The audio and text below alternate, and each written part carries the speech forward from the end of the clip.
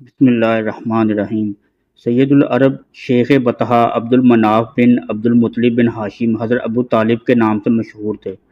تاریخ کی کتابوں میں آپ کا ایک نام عمران بھی ملتا ہے۔ حضرت علی شیر خدا کے والد اور جناب محمد صلی اللہ علیہ وآلہ وسلم کے چچا تھے۔ حضرت عبد المطلب کی وفات کے بعد حضرت محمد صلی اللہ علیہ وآلہ وسلم کی سرپرستی قبول فرمائی۔ جبکہ آپ کی عمر 8 سال 8 ماہ تھی، آہستہ آہستہ رسول اللہ کے معجزات و کرامات جناب ابو طالب کے سامنے بھی آنے لگے۔ جب انہوں نے آپ کی برکات دیکھی، معجزے دیکھے، تو ان کی محبت میں اور اضافہ ہو گیا۔ ابو طالب مالی اعتبار سے کمزور تھے، 2 وقت سارے گھرانے کو پیٹ بھر کر کھانا نہیں ملتا تھا، لیکن جب نبی کریم صلی اللہ علیہ وآلہ وسلم ان کے ساتھ کھانا کھاتے تو تھوڑا کھانا بھی ان سب کے لیے کافی ہو جاتا۔ سب کے پیٹ بھر جاتے، اس لیے جب دوپہر یا رات کے کھانے کا وقت ہوتا اور سب دسترخوان پر بیٹھے تھے تو ابو طالب ان سے کہتے، ابھی کھانا شروع نہ کرو، میرا بیٹا آ جائے پھر شروع کرنا۔ پھر جب 9 سال کی محمد صلی اللہ علیہ وآلہ وسلم تشریف لے آتے اور ان کے ساتھ بیٹھ جاتے، آپ کی برکت اس طرح ظاہر ہوتی کہ سب کے سب سیر ہونے کے بعد بھی کھانا بچ جاتا۔ اگر دودھ ہوتا تو پہلے نبی کریم صلی اللہ علیہ وآلہ وسلم کو پینے کے لیے دیا جاتا، پھر ابو طالب کے بیٹے پیتے، یہاں تک کہ ایک ہی پیالے سے سب کے سب دودھ پی لیتے، خوب سیر ہو جاتے اور دودھ پھر بھی بچ جاتا۔ ابو طالب کے لیے ایک تکیہ رکھا رہتا، وہ اس سے ٹیک لگا کر بیٹھتے تھے۔ رسول اللہ صلی اللہ علیہ وآلہ وسلم تشریف لاتے تو آ کر سیدھے اس تکیے کے ساتھ بیٹھ جاتے۔ یہ دیکھ کر ابو طالب کہتے، میرے بیٹے کو اپنے بلند مرتبے کا احساس ہے۔ ایک بار مکہ میں قحط پڑ گیا، بارش بالکل نہ ہوئی۔ لوگ ایک دوسرے سے کہتے تھے لات اور عزا سے بارش کی دعا کرو، کچھ کہتے تھے تیسرے بڑے بت منات پر بھروسہ کرو۔ اسی دوران ایک بوڑھے نے کہا، تم حق اور سچائی سے بھاگ رہے ہو، تم میں ابراہیم علیہ السلام اور اسماعیل علیہ السلام کی نشانی موجود ہے، تم اسے چھوڑ کر غلط راستے پر کیوں جا رہے ہو؟ اس پر لوگوں نے اس سے کہا، کیا آپ کی مراد ابو طالب سے ہے؟ اس نے جواب کہا، ہاں میں یہی کہنا چاہتا ہوں۔ اب سب لوگ ابو طالب کے گھر کی طرف چلے۔ وہاں پہنچ کر انہوں نے دروازے پر دستک دی تو ایک خوبصورت آدمی باہر آیا، اس نے تہبند لپیٹ رکھا تھا۔ سب لوگ اس کی طرف بڑھے اور بولے، اے ابو طالب، وادی میں قحط پڑا ہے، بچے بھوکے مر رہے ہیں، اس لیے آؤ اور ہمارے لیے بارش کی دعا کرو، جیسے کہ تمہارے والد عبد المطلب کی دعا پر اللہ نے بارش برسا دی تھی، ہمیں یقین ہے کہ تمہاری دعا سے ضرور بارش ہوگی۔ چنانچہ ابو طالب باہر آئے، ان کے ساتھ رسول اللہ صلی اللہ علیہ وآلہ وسلم بھی تھے۔ آپ ایسے لگ رہے تھے جیسے اندھیرے میں سورج نکل آیا ہو۔ ابو طالب کے ساتھ اور بھی بچے تھے، لیکن انہوں نے آپ ہی کا بازو پکڑا ہوا تھا۔ اس کے بعد ابو طالب نے آپ کی انگلی پکڑ کر کعبے کا طواف کیا۔ یہ طواف کر رہے تھے اور دوسرے لوگ آسمان کی طرف نظر اٹھا اٹھا کر دیکھ رہے تھے، جہاں بادل کا ایک ٹکڑا بھی نہیں تھا، لیکن پھر اچانک ہر طرف سے بادل گر گر کر آنے لگے۔ اس قدر زوردار بارش ہوئی کہ شہر اور جنگل سیراب ہو گئے۔ ابو طالب ایک بار ذی الحجاز کے میلے میں گئے۔ یہ جگہ عرفات سے تقریباً 8 کلومیٹر دور ہے۔ ان کے ساتھ رسول اللہ بھی تھے۔ ایسے میں ابو طالب کو پیاس محسوس ہوئی۔ انہوں نے آپ سے کہا، بھتیجے مجھے پیاس لگی ہے۔ یہ بات انہوں نے اس لیے نہیں کہی تھی کہ آپ کے پاس پانی تھا، بلکہ اپنی بے چینی ظاہر کرنے کے لیے کہی تھی۔ چچا کی بات سن کر آپ فوراً سواری سے اتر آئے اور بولے، چچا جان آپ کو پیاس لگی ہے؟ انہوں نے کہا، ہاں بھتیجے پیاس لگی ہے۔ یہ سنتے ہی آپ نے ایک پتھر پر اپنا پاؤں مارا۔ یوں ہی آپ نے پتھر پر پاؤں مارا، اس کے نیچے سے صاف اور عمدہ پانی پھوٹ نکلا۔ انہوں نے ایسا پانی پہلے کبھی نہیں پیا تھا، خوب سیر ہو کر پیا۔ پھر انہوں نے پوچھا، بھتیجے کیا آپ سیر ہو چکے؟ نبی کریم صلی اللہ علیہ وآلہ وسلم نے فرمایا، ہاں۔ آپ نے اسی جگہ اپنی ایڑی پھر ماری اور وہ جگہ دوبارہ ایسی خشک ہو گئی جیسے پہلے تھی۔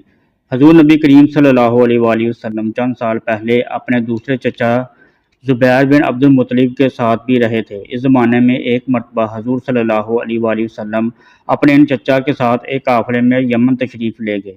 راستے میں ایک وادی سے گزر ہوا۔ اس وادی میں ایک سرکش اونٹ رہتا تھا، گزرنے والوں کا راستہ روک لیتا تھا، مگر یوں ہی اس نے نبی کریم کو دیکھا تو فوراً بیٹھ گیا اور زمین سے اپنی چھاتی رگڑنے لگا۔ آپ اپنے اونٹ سے اتر کر اس پر سوار ہو گئے۔ اب وہ اونٹ آپ کو لے کر چلا اور وادی کے پار تک لے گیا۔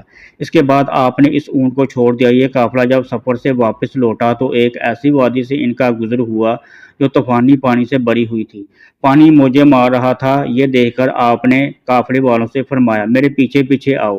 پھر آپ اطمینان سے وادی میں داخل ہو گئے۔ باقی لوگ بھی آپ کے پیچھے تھے۔ اللہ تعالیٰ نے اپنی قدرت سے پانی خشک کر دیا اور آپ پورے قافلے کو لے کر پار ہو گئے۔ قافلہ مکہ پہنچا تو لوگوں نے یہ حیرت ناک واقعات بیان کیے۔ لوگ سن کر بول اٹھے، اس لڑکے کی تو کچھ شان ہی نرالی ہے۔ ابن حشام لکھتے ہیں، بنو لہب کا ایک شخص بہت بڑا قیافہ شناس تھا، یعنی لوگوں کی شکل و صورت دیکھ کر ان کے حالات اور مستقبل کے بارے میں اندازہ لگایا کرتا تھا۔ مکہ آتا تو لوگ اپنے بچوں کو اس کے پاس لاتے، وہ انہیں دیکھ دیکھ کر ان کے بارے میں بتاتا تھا۔ ایک بار یہ آیا تو ابو طالب آپ کو بھی اس کے پاس لے گئے، اور اس وقت آپ بھی ابھی نوعمر لڑکے ہی تھے۔ قیافہ شناس نے آپ کو ایک نظر دیکھا، پھر دوسرے بچوں کو دیکھنے لگا۔ فارغ ہونے کے بعد اس نے کہا، اس لڑکے کو میرے پاس لاؤ۔ ابو طالب نے یہ بات محسوس کر لی تھی۔ قیافہ شناس نے ان کے بھتیجے کو عجیب نظروں سے دیکھا ہے، لہذا وہ آپ کو لے کر وہاں سے نکل آئے تھے۔ جب وہ قیافہ شناس کو معلوم ہوا کہ آپ وہاں موجود نہیں ہیں تو وہ چیخنے لگا، تمہارا برا ہو، اس لڑکے کو میرے پاس لاؤ جسے میں نے ابھی دیکھا ہے، اللہ کی قسم وہ بڑی شان والا ہے۔ ابو طالب نے نکلتے ہی اس کے یہ الفاظ سن لیے تھے۔ ابو طالب نے تجارت کی غرض سے شام جانے کا ارادہ کیا۔ نبی کریم صلی اللہ علیہ وآلہ وسلم نے بھی ساتھ جانے کا شوق ظاہر فرمایا۔ بعض روایت میں ہے آپ نے جانے کے لیے خاص طور پر فرمائش کی۔ ابو طالب نے آپ کا شوق دیکھ کر کہا، اللہ کی قسم میں اسے ساتھ ضرور لے جاؤں گا، نہ یہ کہ کبھی مجھے سے جدا ہو سکتا ہے، نہ میں اسے کبھی اپنے سے جدا کر سکتا ہوں۔ ایک روایت میں یوں آیا ہے، آپ نے ابو طالب کی اونٹنی کی لگام پکڑ لی اور فرمایا، چچا جان آپ مجھے کس کے پاس چھوڑے جا رہے ہیں؟ میری نہ ماں ہے نہ باپ۔ اس وقت آپ کی عمر 9 سال تھی۔ آخر ابو طالب کو آپ کو ساتھ لے کر روانہ ہوئے، آپ کو اپنی اونٹنی پر بٹھایا، راستے میں عیسائیوں کی ایک عبادت گاہ کے پاس ٹھہرے۔ خانقاہ کے راہب نے نبی کریم صلی اللہ علیہ وآلہ وسلم کو دیکھا تو چونک اٹھا۔ اس نے ابو طالب سے پوچھا، یہ لڑکا تمہارا کون ہے؟ انہوں نے جواب دیا، یہ میرا بیٹا ہے۔ یہ سن کر راہب نے کہا، یہ تمہارا بیٹا نہیں ہو سکتا۔ یہ سن کر ابو طالب بہت حیران ہوئے، بولے کیا مطلب، یہ کیوں میرا بیٹا نہیں ہو سکتا بھلا؟ اس نے کہا، یہ ممکن ہی نہیں اس لڑکے کا باپ زندہ ہو، یہ نبی ہے۔ مطلب یہ تھا کہ ان میں جو نشانیاں ہیں وہ دنیا کے آخری نبی کی ہیں، اور ان کی ایک علامہ یہ ہے کہ وہ یتیم ہوں گے، ان کے باپ کا انتقال اسی زمانے میں ہو جائے گا جبکہ وہ ابھی پیدا ہونے والے ہوں گے۔